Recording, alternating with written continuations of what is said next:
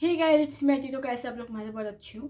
तो बोर्ड्स की डेटशीट आ चुकी है जो कि है 21 फेब से और 13 मार्च तक। और डेटशीट आने के बाद कुछ लोग डर गए हैं, कुछ लोगों को कोई फ़र्क नहीं पड़ा है क्योंकि उनकी अभी तक पढ़ाई नहीं शुरू हुई है। और कुछ मेरे जैसे लोग हैं जिनका सिलेबस तो पूरा हो गया है लेकिन बहुत ज़्यादा पूरा नहीं हुआ है।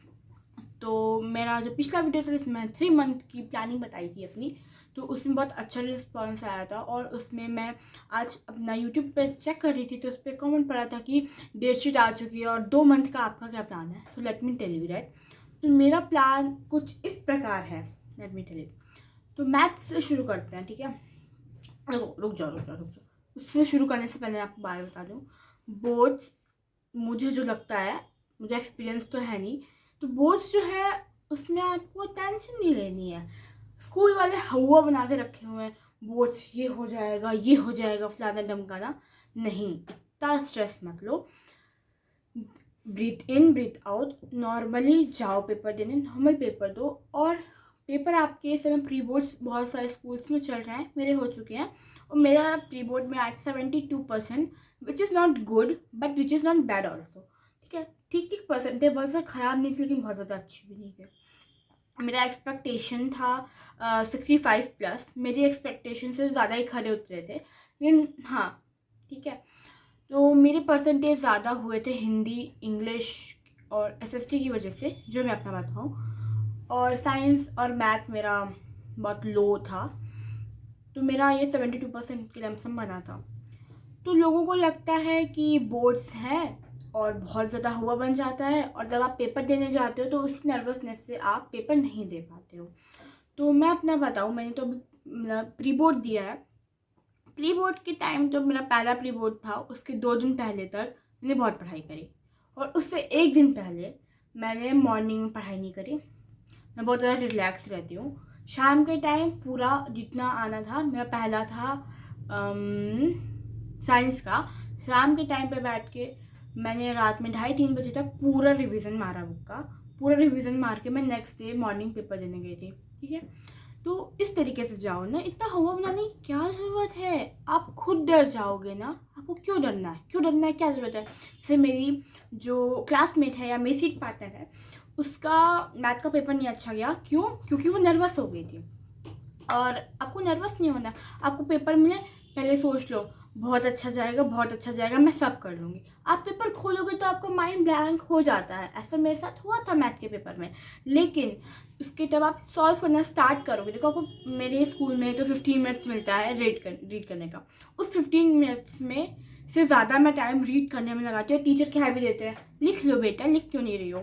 मैं पूरा मतलब 15 मिनट जो मिलता है उसके अलावा और 15 मिनट्स निकालती हूँ, रीड करती हूँ पेपर को अच्छे से, क्वेश्चंस देखती हूँ, पूरे एमसीक्यू देख डालती हूँ। इसके आंसर आते हुए होते हैं, माइंड में सोच लेती हूँ, या तो पेपर में नहीं, उसमें जो शीट को मिलती है लिखने के लिए, मैं छोटे छोटे कोने में लिख देती हूँ, इससे मुझे याद रहे कि हाँ ये है।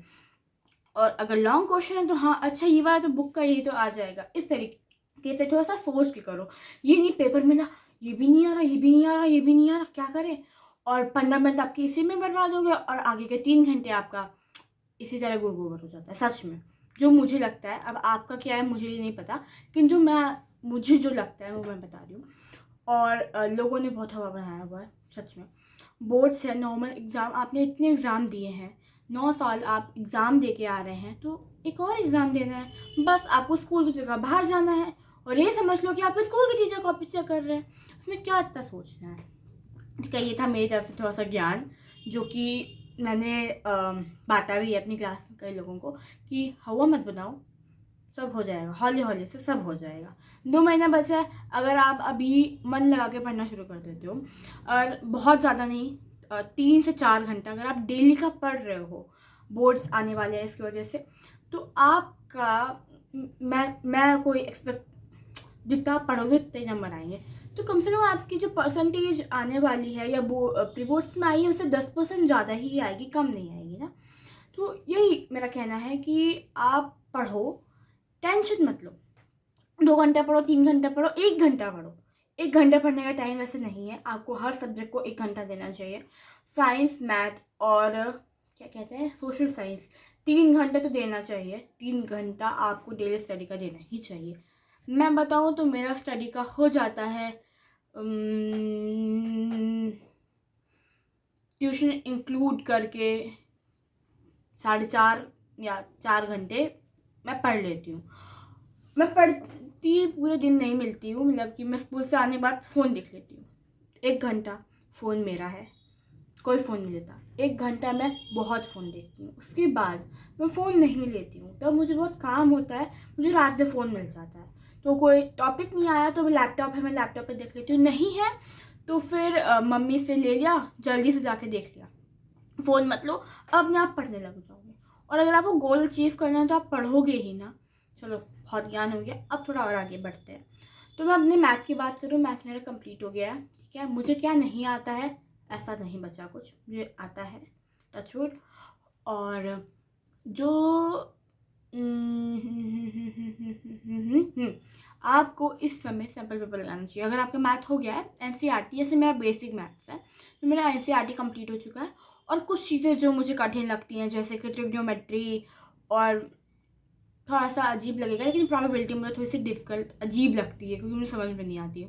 तो प्रोबेबिलिटी जैसे मैंने उसको आरडी में बहुत अच्छे से पढ़ लिया है, तो अब मुझे वो आने लगी है। और इस समय आपको ज़्यादा से ज़्यादा सैम्पल पेपर लगाना है। बहुत सारे ऐप हैं जिसमें आपको सैम्पल पेपर मिल जाएंगे। आपका स्कूल भी वैसे आपको प्रोवाइड कराना चाहिए। जैसे हमारे स्कूल में हम लोगों को एक पीडीएफ भेजा गया है जिसमें बहुत सारे सैम्पल पेपर हैं, हर सब्जेक्ट के 30 पर सब्जेक्ट। अगर आपने 10 सैम्पल पेपर भी लगा लिए, 10 सैम्पल पेपर ओनली, तो आपको नंबर लाने से कोई रोक सकता है क्या? नहीं रोक सकता है ना। तो बस हिंदी इंग्लिश स्कोरिंग सब्जेक्ट है, और क्या कहते हैं, नॉर्मल सब्जेक्ट है। हिंदी इंग्लिश में उतना कुछ नहीं होता है, बस स्कोरिंग सब्जेक्ट होते हैं। अगर आपने हिंदी और इंग्लिश में अच्छे नंबर आ गए तो आपका परसेंटेज काफ़ी अच्छा बन जाता है। एसएसटी की बात करें, एसएसटी में 4 सब्जेक्ट हैं, ठीक है।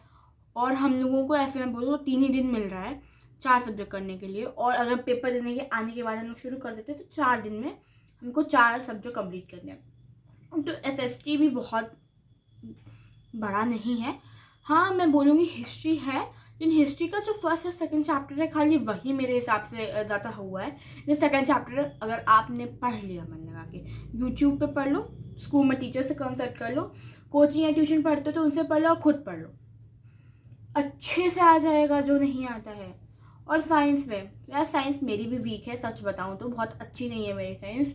मुझे केमिस्ट्री फिर भी आती है, बायो मुझे नहीं समझ में आती है, मैंने पिछले वीडियो में बताया था। और फिज़िक्स अब आने लगी है थोड़ी थोड़ी सी, ठीक है, कर लेती हूँ। लेकिन बायो में जैसे कि बायो के 4 चैप्टर हैं तो 4 में से 2 आते हैं, 2 नहीं आते हैं। तो जो 2 नहीं आते हैं इस 2 महीने में, मैं इस टाइम में मैं उस पर बहुत ज़्यादा फोकस कर रही हूँ, ठीक है, कि जो नहीं आता है उसको अच्छे से क्लियर कर लूँ। और जो आता है वो तो देखो, आज है कितनी तारीख, आज हो गई है 20 तारीख। तो मैंने क्या सोचा है कि मैं 5 दिन हर दोनों चैप्टर को अलॉट करने वाली हूँ।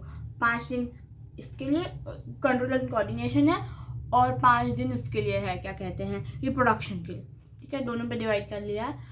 अब मैं ये 5 दिन एकदम अच्छे से पढ़ने वाली हूँ। आएगा नहीं आएगा वो भाड़ में गया, ठीक है, वो बाद में देखेंगे। जितना आया है, ठीक है, उसमें उसके बाद मैं उस चैप्टर को नहीं छूने वाली हूँ।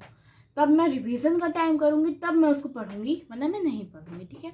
मैंने ये सोच के रखा है कि इस दिसंबर का जो पूरा महीना है वो मैं अपनी वो चीज़ क्लियर करने में लगाऊंगी जो कि मुझे अभी तक नहीं आती है, ठीक है। और जनवरी जैसे शुरू होगा वैसे ही मैं छोड़ दूँगी ये सब, खाली रिवीजन और प्रैक्टिस पे ध्यान लगाऊंगी।